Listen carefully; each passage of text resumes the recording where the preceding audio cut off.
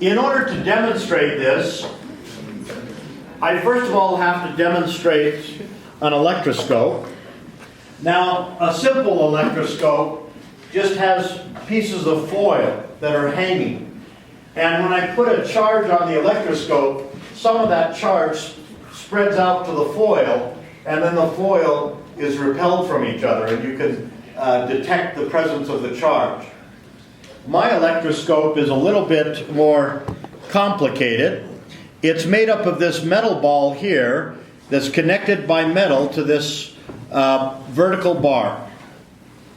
Now that vertical bar contains a second little bar that's free to rotate. Now this outer metal is just structural support. It's not part of the device. And you can see that it's not connected to the metal bar or the metal post because there's plexiglass top and bottom here insulating it from this circular metal. Now, if I take a rubber rod and I charge it up with a simulated rabbit fur, first of all, remember that this is an insulator. This is not a conductor. And so when I charge this up by putting extra electrons on it, the electrons are stuck where I put them. And so if I just touch the metal ball with this, all I do is transfer those electrons that were right at the location where I touched the ball. And you see that it didn't have very much effect. If I want to transfer more charge to that electroscope, I've got to scrape it off the rod like it were peanut butter, okay? And that gives all the electrons a chance to jump ship. And now you see that the vertical rod and the rod that's free to rotate are repelling each other, and so I get something that indicates that there's charge. Okay, has everyone had a chance to see that? Okay. Now to neutralize this, I just touch it to a very large conductor. Well, I'm a very large conductor, and so I neutralize it. Now, what we're going to do is we're going to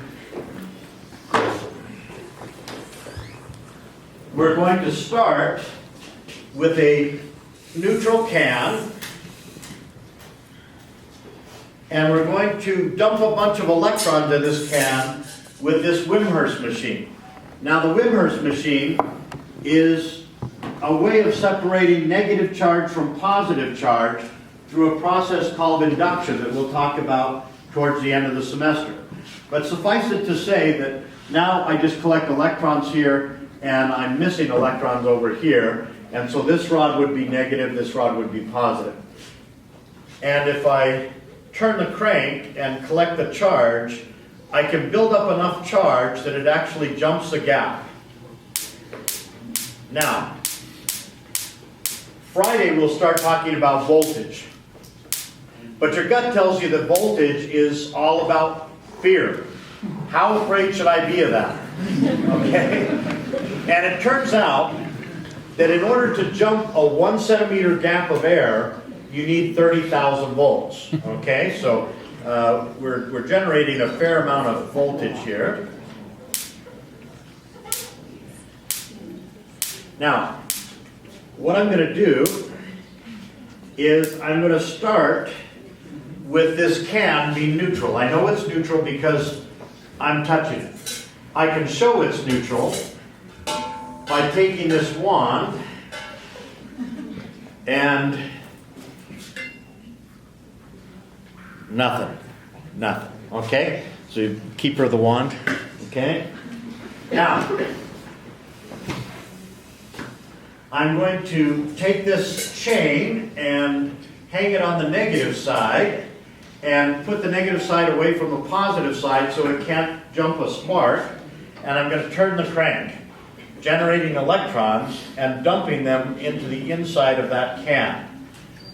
And I'm going to dump a whole lot of electrons because I'm generous and they're free. So we'll just fill that can right up. Okay? Now, I'm going to use this wooden stick to take the chain and put it off there. Now, if I take my wand and touch it all around on the inside, and come over here, I get nothing. And there's a little bump from the collision, but nothing. Where'd the electrons go? On the outside. If I touch the outside, there you go. Yeah, that's the response I was looking for. Okay. And this time it stays deflected. Okay, so all the charge goes to the outside. This was first demonstrated by Michael Faraday, so it's called the Faraday bucket. Now, we can use that Faraday bucket idea to talk about what this gentleman brought up with lightning. If we look at lightning, there's some lightning. That lightning was on the day, the actual moment, I think, that Pope Francis was chosen. Not a relative. Not a relative. There's some lightning in Dubai. How many of you have been to the Boston Museum of Science?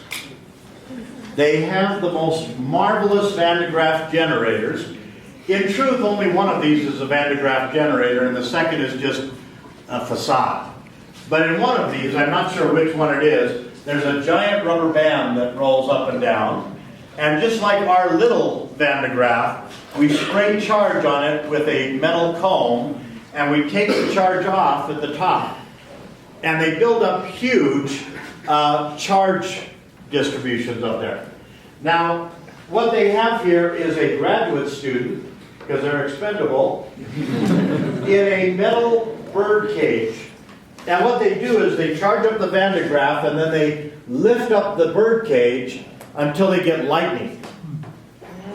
And the grad student demonstrates that the charge stays on the outside of the cage by putting his or her hand right on the metal bars where the lightning is striking, on the inside.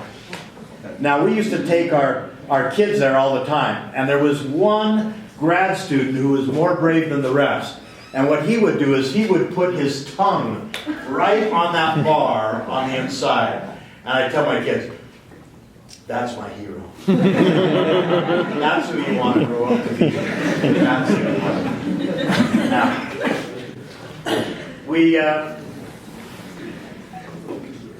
when we're in a lightning storm and we're away from our house, the best thing we can do is crawl in a metal can, or better yet, crawl into your car. And in your car, you are protected from that lightning. Why? Electrons like the outside. What's that? Electrons like the outside. Electrons like the outside. Exactly right. Now, the more common answer that you hear is because of the rubber tires.